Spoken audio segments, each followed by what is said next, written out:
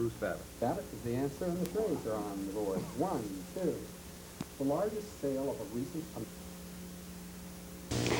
Good evening and welcome to Living History Night on the local cable station.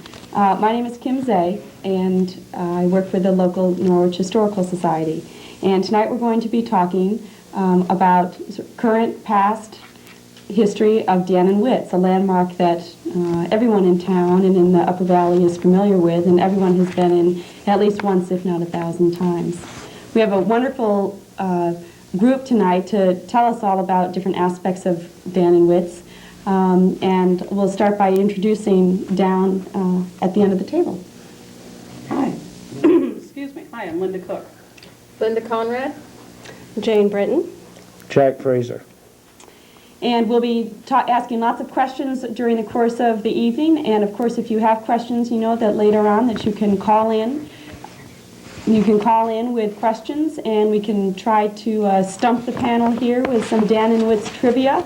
Or if you have a question of pure curiosity, you can be sure to call in and ask. I'm going to give you a very brief history of sort of stores and commerce in the Norwich area, beginning way back in the 18th century. There were actually stores in Norwich right from the very beginning. And this is a photograph of a painting that is actually owned by the Hood Museum of Art at Dartmouth College. This is Peter Alcott. And he managed a store that was located in Norwich Center, which is about 1.5 miles north of town, out on the Union Village Road. There are no extant buildings left really from that settlement, where there were originally 8 to 10 buildings, houses, a church, and as I mentioned, Peter Alcott's store. He sold articles and sundry material that oftentimes was imported from Springfield, Massachusetts, Hartford, Connecticut, New York City, Philadelphia, as well as English fabrics and French chintzes, as well as a lot of rum. There's some wonderful incidents talking about a series of gentlemen meeting in Peter Alcott's store soon after a town meeting, and it goes through the list of how many half pints and pints of rum were consumed after that town meeting.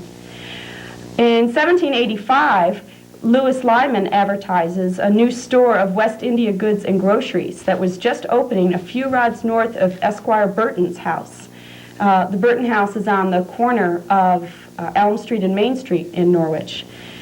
He had for sale West India and New England rum that was sold by the barrel, French brandy, coffee, chocolate, indigo, snuff, salt, and hardware including knives and forks, cupboard locks, desk locks, chest locks, farmer's chisels, candlesticks, curry combs, knitting needles, sickles, iron squares, English and American blistered steel, and wrapping paper.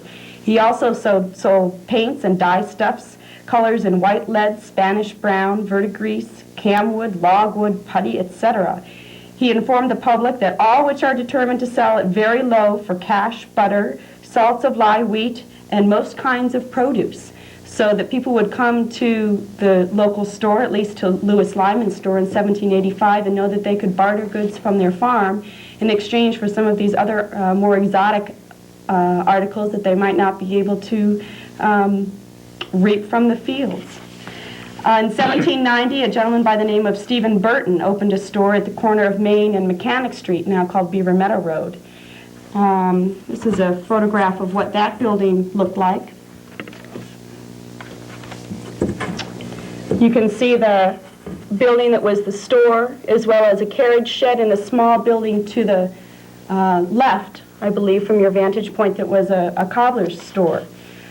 This building burned in 1886 and was rebuilt on its original foundation, and to many people probably remember it as Gill's store in the 1950s. It's currently the location of Saxon Demule in Norwich, which many of you are probably familiar with. In the 1860s, the Union store and then Edgerton store was in the building opposite Dan and Whit's. They, in fact, made uniforms for Norwich University, which was located in Norwich until the 1880s, before it removed to Northfield, Vermont. In 1869, believe it or not, on this map of Norwich, there's indicated 4 different stores between Elm Street and Mechanic Street. And that's in the 1860s. This is not to mention any of the stores that were located in Union Village and Pompanusick and Beaver Meadow, which had their own sundry suppliers of their own right. In 1828, there was a large brick store that was built by lawyer John Wright just next to Jasper Murdoch's house, which was later to become the Norwich Inn.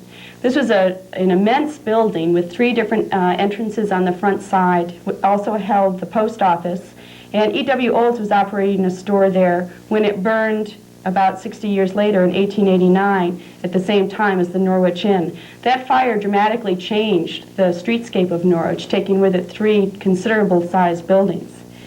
When the building was reconstructed in 1890, it opened under the auspices of L.K. Merrill General Store and soon after Merrill and Olds. You can see the 2 different signs here, Merrill on the left and Olds on the right. E.W. Olds was the postmaster and also the clothing store owner. On the left-hand side here was sold dry goods, groceries, hardware, flour, and feed. And on this opposite side over here was the area of the store where you could get clothing and boots and shoes, and the post office was open on that side as well. It operated under the Merrill family auspices until the 1950s, and in 1955 Dan Fraser and Whitney Hicks bought the establishment, and the store became known as Dan and Whit's and began its launch into the landmark that it is today. Everyone who's sitting here at the panel tonight has a long-standing history with Dan and Whit's, both familial relationships and working there for many, many years, and have some wonderful stories to tell us of what it's been like living, working, and helping the variety of people that have come in and asked all kinds of questions and for all kinds of services. One thing that I wanted to ask about, and maybe we can use as a launch into sort of a history, but also to get us up to the present, is that, as many of you know, several years ago, the upstairs of Dan and Whit's was an assembly hall and a stage area. And while now that's where there's a storage and also where people can buy boots and shoes and other sorts of things, it was also a place where town meetings were held, but also plays and pageants and musicals. And I think that these ended quite early on, but I wonder if any of you sitting here tonight have any recollections or have been sort of told stories of what some of these plays were like.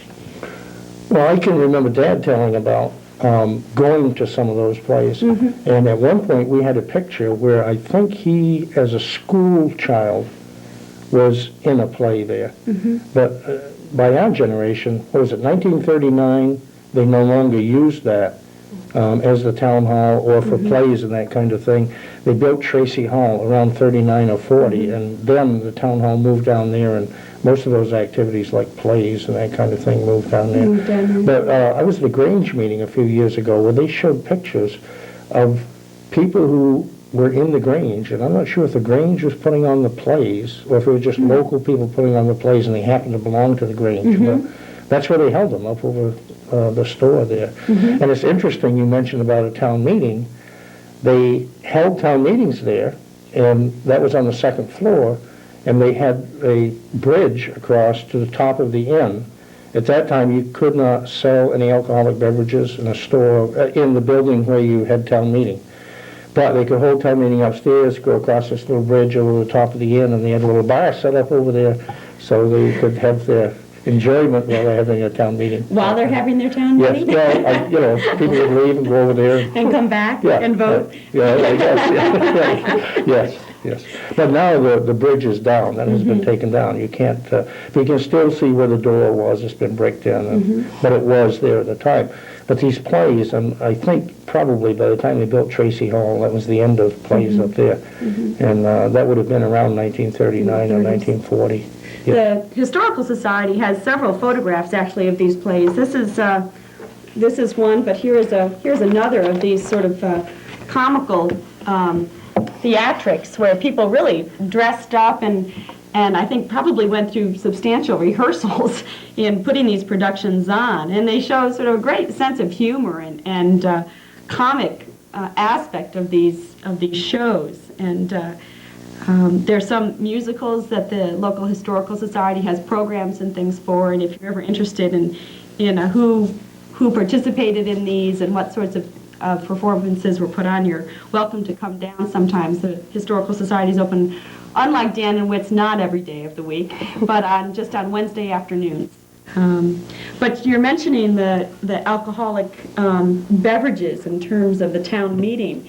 I understand that it was quite a controversy when Dan and Whit's decided to sell alcoholic beverages. Yeah, the town had been a dry town.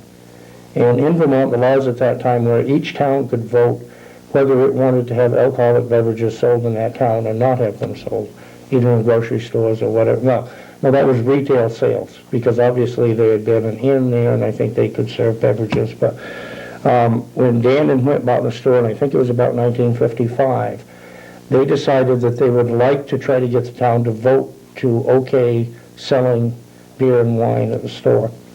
And it was a controversial thing, and it was brought up before town meeting, and it did pass. And so from that time on, they've had a liquor license there, and they sell beer and wine, which is the only thing they sell, not hard liquor. But there were some people who wouldn't come into the store, but would Yes. ask for their groceries outside the door because Yes. We had one resident who did not believe that they should be selling beer, and she would come to the front door, tell us what she needed, and we would go find the things that she needed and bring them out to her. Yes. I remember my father telling me also that one of the reasons they went to, wanted to add alcohol and was to attract more business. That was the basic reason that they did it.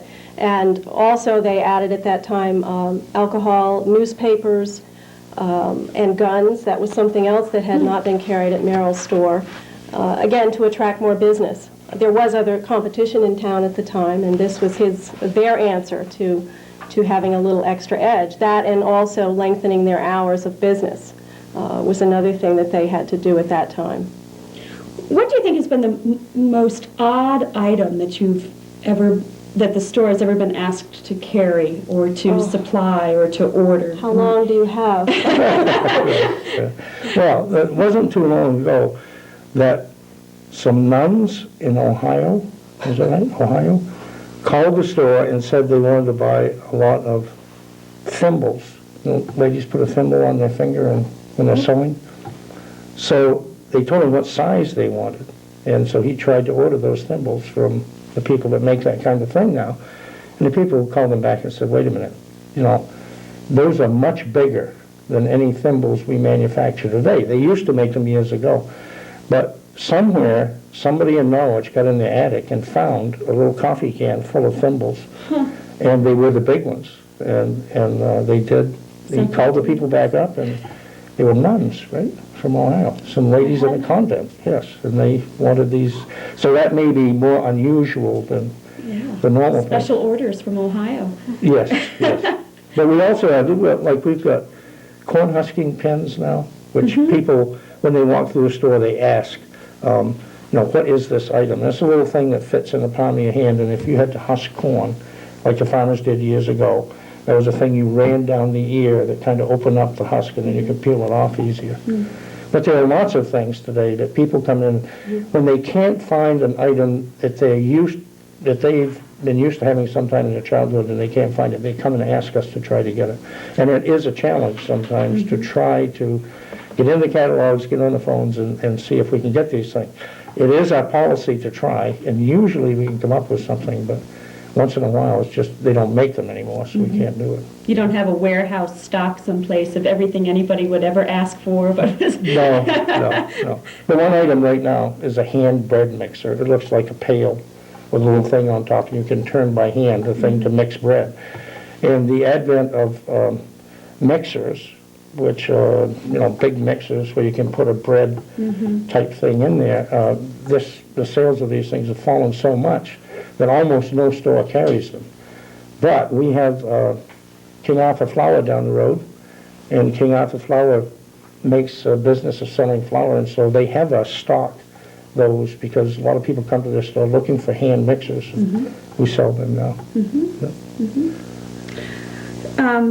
Jane, what are some of the first memories? We have a very short time before we go to commercial, but maybe you could tell us maybe what one of your very first memories of the store is. Well, what I remember most about being a child and having to be there with my folks while they were working, especially in the wintertime, where the aisle where the cereal is, I would move a couple of boxes right over that big metal register with all that wonderful heat in the dead of winter, and I would sit my little butt on the edge of the shelf, move a couple boxes and sit down and just sit there and read a book and just keep nice and warm. It was the best place in the store to be. It Right still by- is, right but by I the can't cereal sit there anymore. It's great. Sounds great. How long have you worked at the store?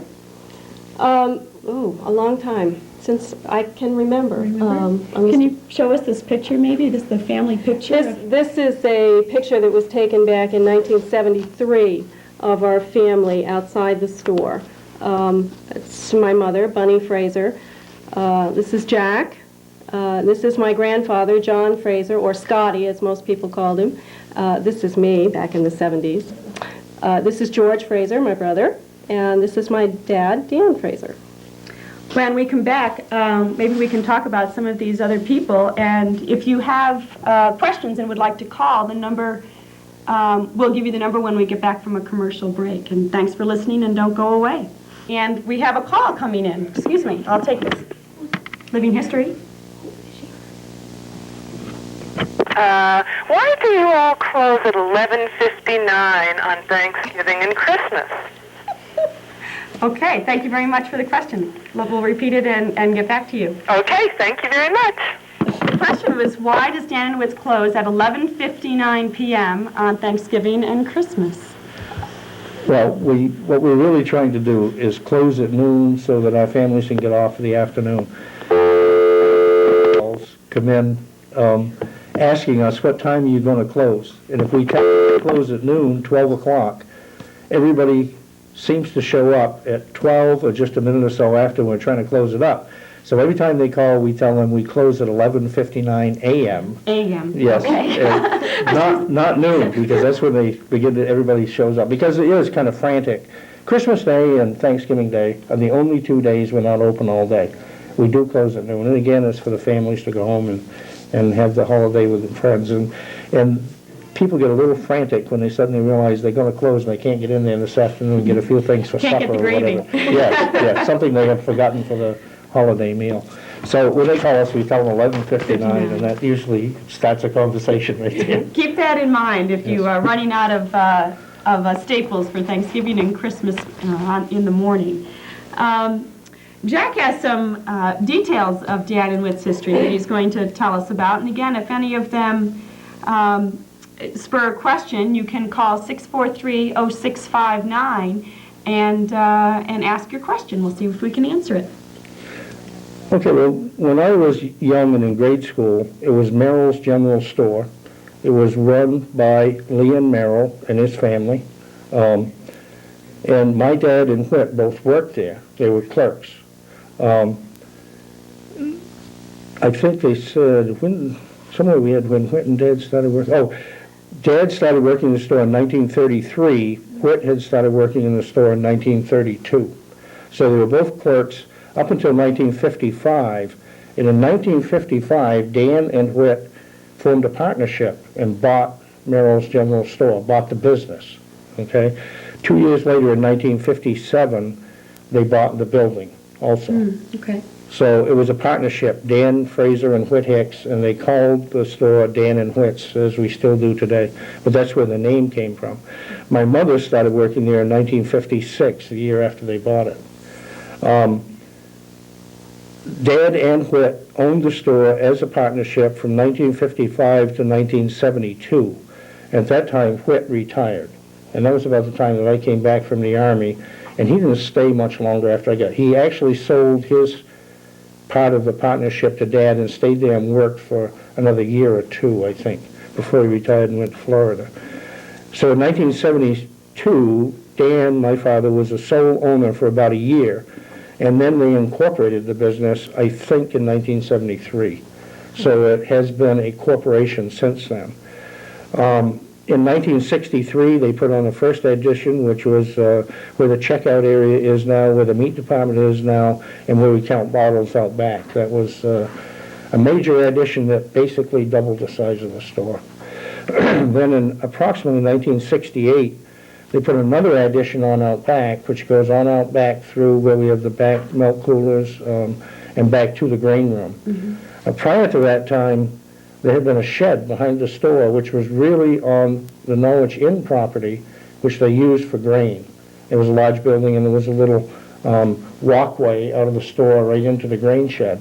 Well, somewhere along that time, around 1968, apparently the inn wanted to use that grain shed themselves, and so they put another addition on the back out there, which now is our grain room is part of that. And then in 1972, there was a third addition put on. That's the last addition out in the back, where we have a lot of hardware, lawn and garden stuff, that kind of stuff. And that, at that time also, we expanded in the area behind the office where we have sporting goods and that kind of thing. There was a part of our land there the building didn't cover, and we did a small expansion there also. So basically, the store grew a lot between, the building grew a lot between 1955 and 1972. And I would say we're probably at about the maximum size of the building we can have now within the current zoning regulations and have enough parking and that type of thing. But that's the history of how the additions were put on. And as each addition went on, then we started carrying more things and could offer more variety to the public. Now, with all the additions going on, who developed the wood stove that sits in the basement? It's quite a unique design if you go down and see what the wood stove is. Well, that wood stove was the wood stove that was upstairs in what was the town hall. And that wood stove happened to have been manufactured the date that Whit was born. So instead of just throwing it out, they kept it as sort of a memento. And then when they put on one of the additions out back, they didn't build enough furnace capacity to really heat out back, and so they set that stove up down cellar in an area where there was a hole up through to the floor above, and used that to help heat. Living History Night.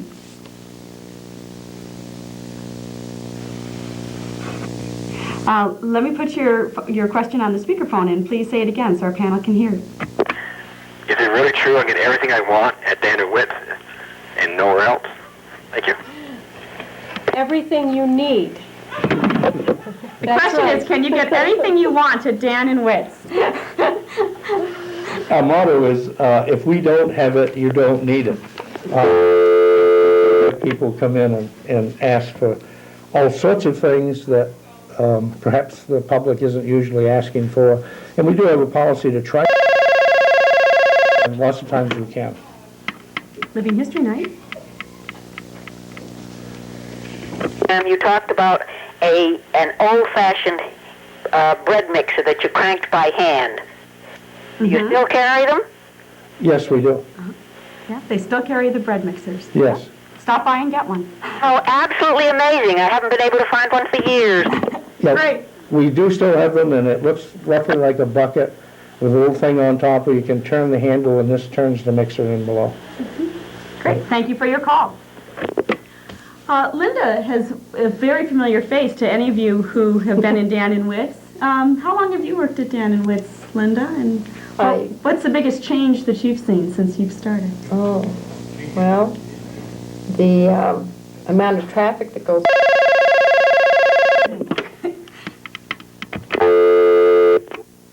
Oh, sorry. No call. Go ahead. The number is 643-0659, okay, if you'd like to call in and ask a question. Linda, the biggest change in the store since you've been... Living History Night.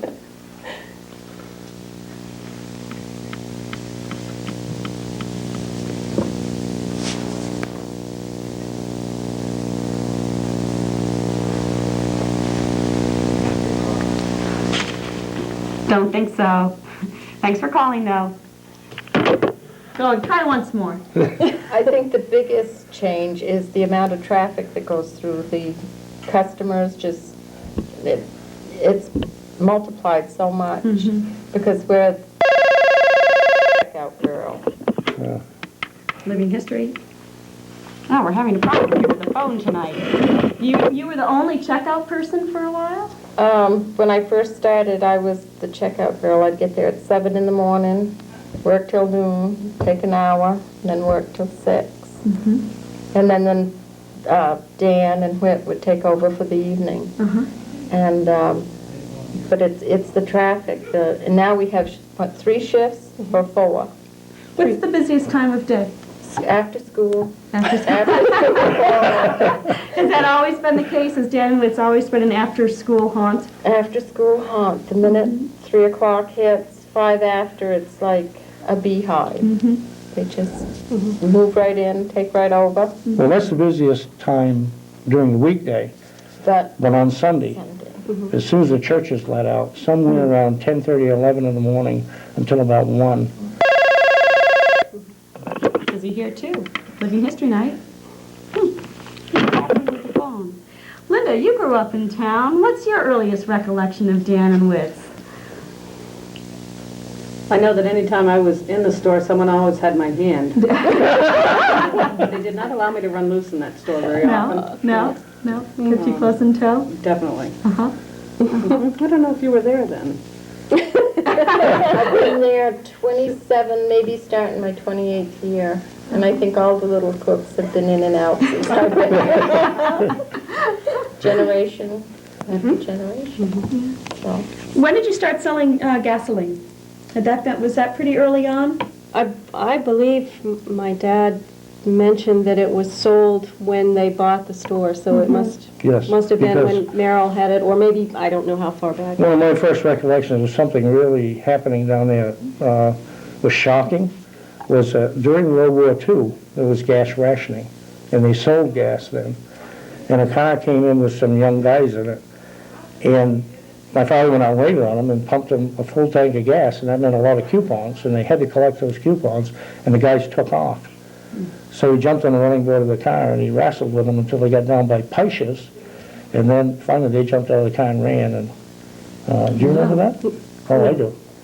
They were pretty upset about that. Yeah. That's, this is what people just try to take advantage of the system then. And it took them quite a while. They caught the guys after a while, but we didn't have state police. Living history night.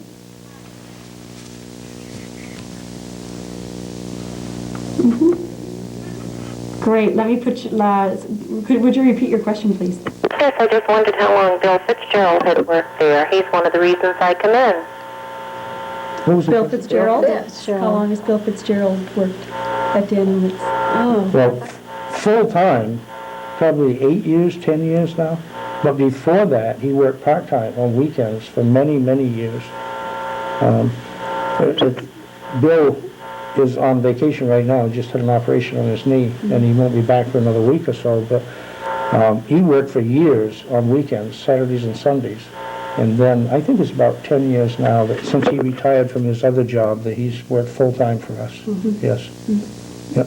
Excellent man. He's the kind of guy that knows where everything is in the store. And he can help with hardware. He can help with groceries. He can. How many people work for Dan and Whit's?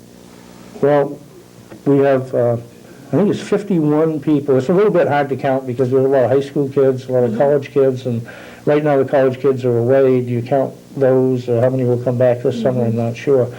But I think last year, when all the W-2s we did, we had something like 65 65 people who worked here. Living history night.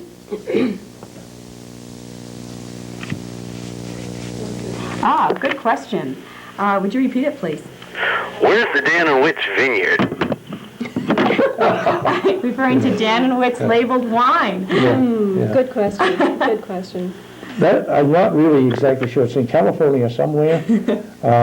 It's a company, a vineyard that specializes in producing private labels for places like ours, and convinced us some time ago, 10 years ago, I guess, that if there was a Dan and Whit's label on a wine bottle, it would sell real good. And they put some, not real fancy wine, but just some good table wine. And is fun to have that, because a lot of the kids come home from college or something like that, and they like take a bottle back to, let people know where they're from. Right. And it's like, we sell lots of T-shirts that say Dan and Whit's now, and Norwich, Vermont, and that kind of thing. There's interest in this kind of local thing, and so the vineyard is somewhere in California. I'm not exactly sure where. Southern California. Right. There you go. Yeah. Very good. Do you have some other Living History Night?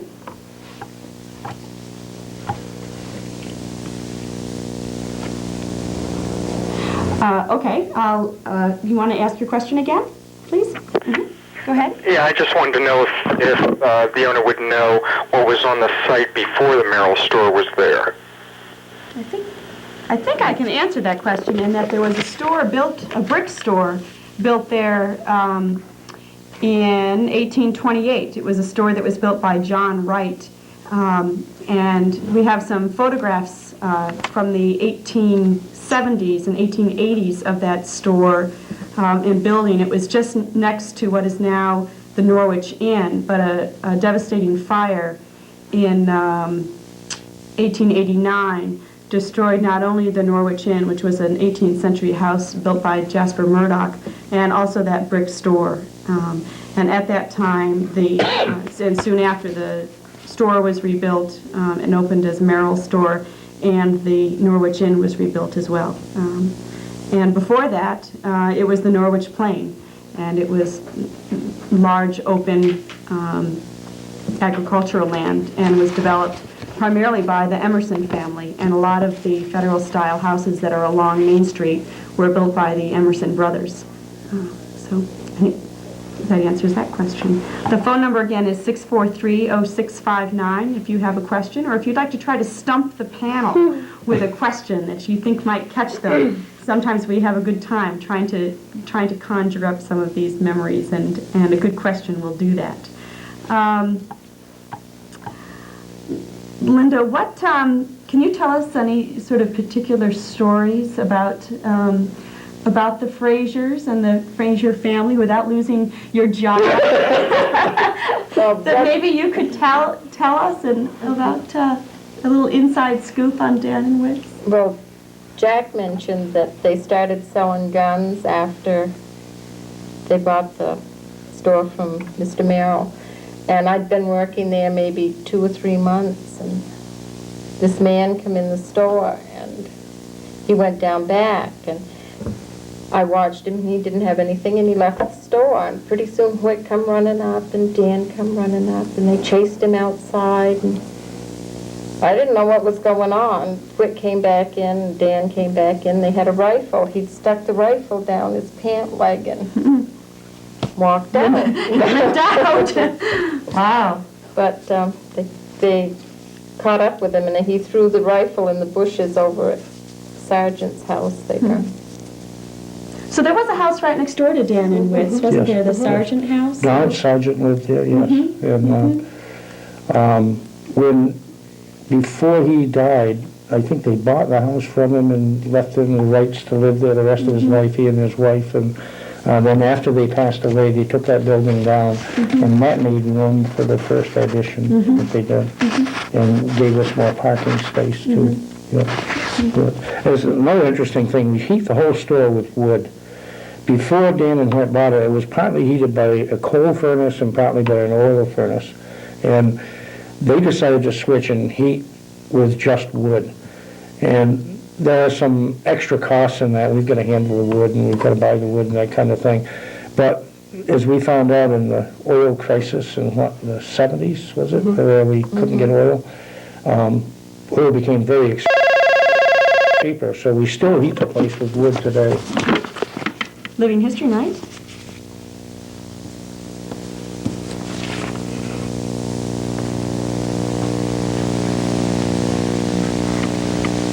Can't imagine.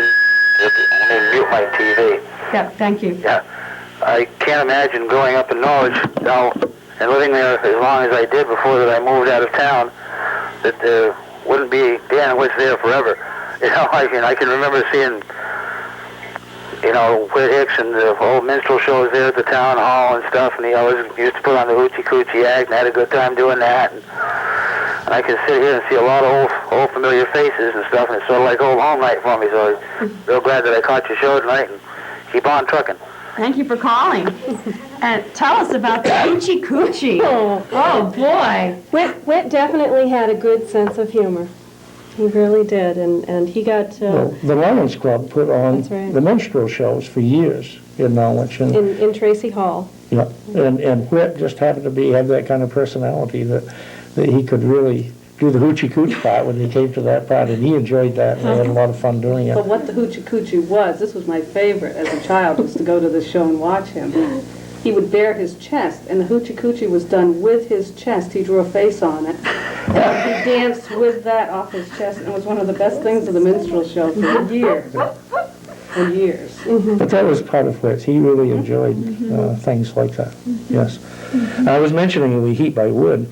We have had, this year we have a new insurance company, sells us our fire insurance, and we did get a letter from them the other day. They've just started insuring the store, that it may be that we can't heat it with wood anymore because of insurance and fire regulations. But I have an idea too that we can sit down and talk this with them, because it's years ago a lot of the wood that we burned was wood that people brought us who couldn't afford to pay their grocery bill, and so a lot of people cut wood for the store to pay for their groceries.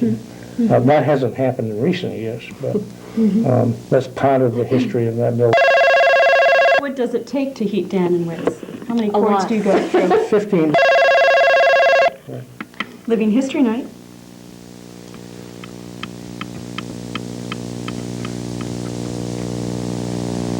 We would love to stump the panel. Let's see if you can give it a try. What well-known local resident was known in his senior write-up in the local yearbook for his slow amble into class about 5 minutes late, frequent attendance at Orford dances, and a lunch period from 8:30 to 3 o'clock? Jack Fraser. I didn't know that. Who's that? I don't know, but you may have to find out. Thank you very much. With Jack Fraser, absolutely. The slow amble, huh? Do you have any more dirt? Call back if you have some more descriptions for us. Oh, I've learned a great deal about my brothers, I have to admit, by working at Dan and Whit's. It's great when some of their old friends stop by to see them, and I learn a lot about them. Now, But Jane, perhaps I didn't know growing up for one reason or another. Jane is the youngest of Five. five. And what did one of your brothers say to you when you were a little girl, that you would grow up to be? He tried to convince me. I don't think he ever did, but he tried to convince me when I was little that I shouldn't worry, that one day I would grow up to be a boy just like my brothers. So You can guess which brother that might have been that would have taunted his little sister in such a way. yes. Well, another story that Mom and Dad talked about a lot, Jane went down to work with Mom and Dad when she was small. And There Mom would was be no such thing as daycare back then. Right, So when right. Mom went to work, I went to work. And Mom would be running the register, so Jane would be sitting on the register helping to bag the groceries and that kind of thing. And we had a gentleman who lived in Norwich who was a Dartmouth professor, and he had a beard. And he came through one day to get his groceries, and Jane was sitting on the counter there, bagging up the groceries, looking him all over. And finally she said to him, if you can't afford a razor blade to shave in the morning, go see my dad. He'll give you some razor blades. My mother liked to die. I don't remember that. I Did he have come no back memory. clean shaven or I no? don't know. I don't know. Probably grew it nice and long. Yes. Very good. Very good. If you have any questions, again, the number is 643-0659, and we would love to hear from you. I'm trying to think of some other questions myself. Well, I think that the Fraser family, Dan, Whit, and George, and the rest of the family have done a lot for the community. I know at one point, before they purchased the store, Dan was an assistant fire chief for the town of Norwich. I believe for probably about 10 years. And I also believe that he was a constable for the town, but gave that up when Dan and Whit's took over and got the beer and wine license. Is that correct? That sounds about right. I remember him being constable when I was small, yes. And I think Whit was on the fire department too. Whit was on Pretty for a sure he length was, of time. yeah. And Dave Sweat worked there at the store with them then. I don't know if any of you remember him. And he was also one of the firemen then, right? Yep. So did Dan and Whit's close when there was a fire? I don't know. I doubt it. I doubt I it. don't think so, no. But we still carry the tradition on today. We have two people working in the store who are in the fire department. We have people working in the store that are in the Legion. Those kinds of things, I think, still go on. More on the individual than because it's particularly a policy of the store. We have a lot of other things that happen, like one day, a couple of years ago, a lady came in the store rather frantic in the morning, and she said, I need you to help me start my car. So I thought, you know, the car's out in the store yard, we got some jumper cables, we'll go out and start our car, no problem. So I got the cables, and I went out in the store yard, and I said, well, where's your car? And she says, it's home. And I said, well, where's home? It was a half mile away. And so I said, well, you know, we can call a garage or something. She said, oh, no, I'm house sitting a house, and the people said that if anything was wrong and they needed any help, go up to Dan and Whit, so they come down here. My car needs to be started, come down to my house and start it. So we went down and started the car and got it going. But sometimes people do need help like that, and we're trying to help, but we got to be careful not to get into too much of that stuff, or we can't really take care of the business there in the store. Right. Very true. You have some other questions, Linda? What about Linda? Why don't you tell us another story? Well, Jack was talking about the stove that was built in the year Whit was born, and it was downstairs, my youngest daughter. Our house was all electric. She'd never seen a wood stove.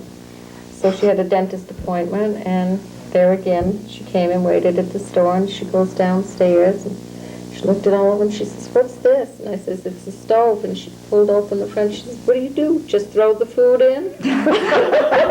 And I explained to her it's just used for heat, and you have to dress very warm when you work at Dan and Whit's in the winter, because it's very cold out back, because the trucks are unloading, the cold air is coming All the in, big doors are open. so you dress in layers and layers and layers.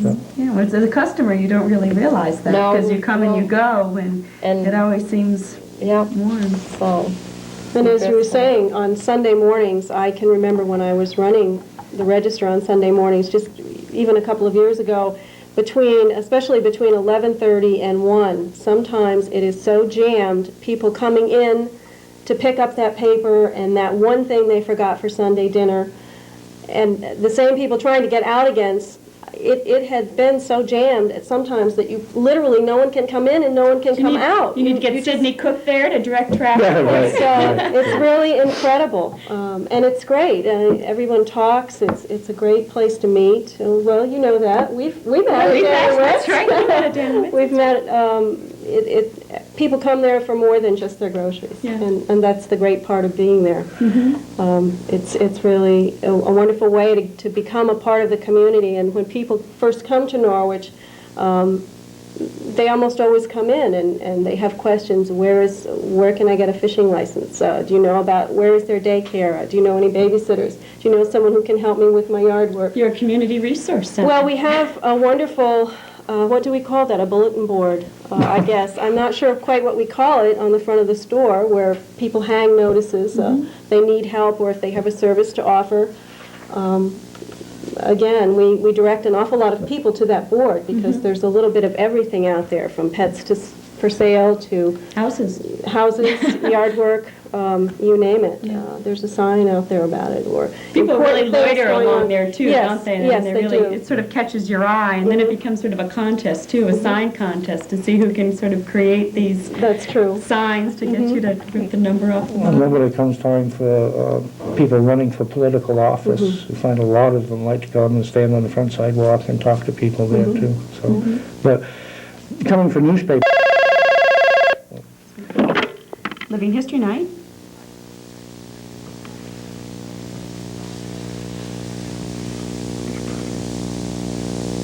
That have changed in that way? How social trends reflected in the Upper Valley have been reflected? Yeah, how they've been reflected in the things that are popular in the store. Sure, good question. social trends? Social trends, Wow. and things that are popular, and what sorts of things have you carried that maybe have seemed like a social trend, but then had a staying power, and other things that you carried and then thought, 2 weeks later? Probably the biggest example is pet food. I mean, the amount of pet food sold at a store like ours today compared to 15 years ago is just unreal. Really? Oh, yes, yeah. That's one of the real, Did you used to sell more feed, or did you ever, I know Merrill's did, but livestock feed and that? oh, yeah, they used to buy grain. Still do. Do you? Oh, of course you do. Yeah, but they used to sell grain, and the grain came in on railroad cars down in Lewiston, and they went down with a pickup truck, picked it up, hauled it up to the store, and a pretty large volume of grain for cattle, for horses, for sheep, that kind of thing. Over the years, that has dwindled down, and now we have a truck come once a week and deliver us whatever we need. But pet food has definitely, really zoomed up. Perhaps it's kind of leveled off now, but for about 15 years, every year, there's a lot more sales. There are a lot more sales in things like T-shirts. Let's say Dan and Whit's or Norwich or some Novelty. local, yes, Novelty that things. kind of thing. Lots of those sell now compared to the number of just plain T-shirts that we sell. I was trying to think of some, people are very diet conscious today. And there are some labeling requirements for the foods on the shelves, but also those foods that we have that are specifically low salt, that low fat, that kind of thing, are things that sell maybe a little more expensive because that's what people want. Living History Night? Remember a gentleman who lived at the dump, giving his order to Whit, holding him with both ears and shouting the order in his mouth. Excuse me, can you turn down your TV so that we can hear you better? Okay. Thank you. Go ahead. And she's going to turn down the Oh. Is she coming back? Are you there? Yeah, we're there. Okay. No, it's hopeless now. Sorry, goodbye. Call back again later. Okay. That was Mary Grant. She was talking about Myron Cook, right? Yeah. Right. What was she going to say about him? Do you know? Can you read her mind? Well, I think she was, He used to call in his order, and did your dad or Whit bring it up to him? But sometimes he came down. Yeah. He used to walk down to the store. And, yeah. What about the man who, your father, every spring, this gentleman who lived in Norwich, he'd get a new outfit of clothes and he'd come in the store. Dan would say, Linda, he's here for his new clothes. Would you take him down and help him? And I'd pick out the jeans and the shirt and the long underwear, even in the summertime, and get him all set and help him out. He was set for another year. He was set for another year, Once a year. once a year. Was that noble? That was noble. Yeah. Well, the gentleman, Myron Cook, that was mentioned on here before, he had retired and he lived in a camp up near the Norwich dump up there. And he used to come walking downtown every day with a dog that belonged to another family in Norwich, but sort of adopted him. And I think she was talking about the dog. And he used to times a week to get his groceries and wander back again. Living History Night?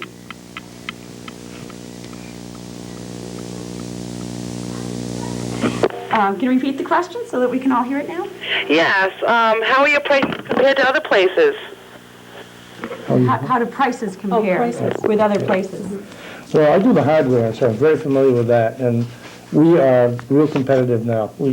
20 years ago, it was tough to be competitive, but we move enough stuff now, and we have the right wholesalers coming in for us, so we can be very competitive with other places, and we are there to help if you need help with the hardware product, and we will assemble, like grills, that kind of thing. And if you buy a grill from us and you decide a year or two later some part of it is defective now and you need parts, we will get the parts. And that's how we're a little different from the big places like Kmart or down in West Leb. You take what they have there and go home, put it together yourself, and if you need parts, they are not available to get you parts. I noticed very early on, and this may be coincidence, but milk is always seems to be reasonable relative to other places. It's always, I always know that I can sort of stop in and grab a gallon and know that pretty much know what it's going to be, and it seems like it stays pretty much the same. And I think as far as competitive goes, that Dan and Whit's Upper Valley to a degree.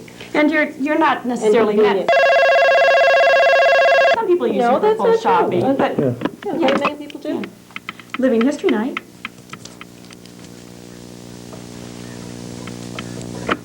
The best service, and it's other than the Norwich School, Dan and Whit's are the two best things in town. Thank you for your call. We thank them for a great job, and I'm not related to the Frasers, but we're one of their customers. The number again is 643-0659. We're on for about another 5 minutes, so if you have a question and would like to call, please do. It's 643-0659. And please call us in with a question for Dan and Whit's and the crew here. Go ahead. I think one of the services that Dan and Whit's gives people is saving the newspapers. Oh, yes. Oh, yes. And if the newspaper is late, storm or what, they come in and they'll look at the racks and say, the papers aren't in, and they go into a complete withdrawal because they haven't got that newspaper fixed right off. And there are many stores today that will save papers for specific people. So, particularly on Sunday. So You have that how- nice service, right, too, in Yeah, the we got a front. little where rack there's where we the can put rack in right built by your in for name, specific. save it for you Yep. until you get in. How many Sunday New York Times do we save now? 250? We get 250 to 325 depending on the weekend. And we save probably half of that. Half of it, yeah. So that's, 125, 150 people that People knowing are they going to can come come just and get because they their got that paper. saved. So that it won't be all gone when they get there. There are other papers too. We also carry the Boston Globe and Boston Herald and the Valley Rutland News. Herald and the Burlington Free Press and the Valley News, yeah. Manchester With a single, Leader and the Valley News, of course, we're too. the single largest outlet for the Valley News. Really? Yes. Well, we sell more Valley News each day than any other location. Do you know off the top of your head what the volume is? Just, I'm Well, curious. Yes, Linda counts them 100 each day. How many, Linda?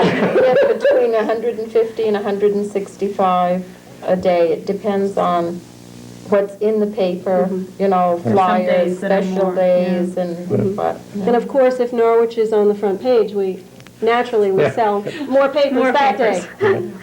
That's So. right. 643-0659. If you have a question about Dan and Whit's, call us in, because we have 2 minutes to go. 2 minutes to go. That's right.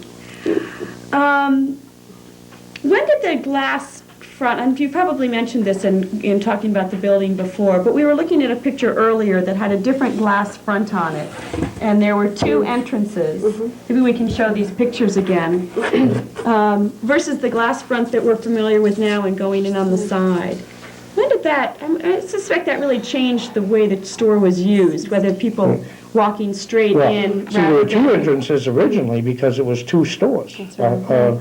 A grocery store and a dry goods store, and what, the dry goods store had the post office in it. Right, yes. So there were two entrances because there were two stores.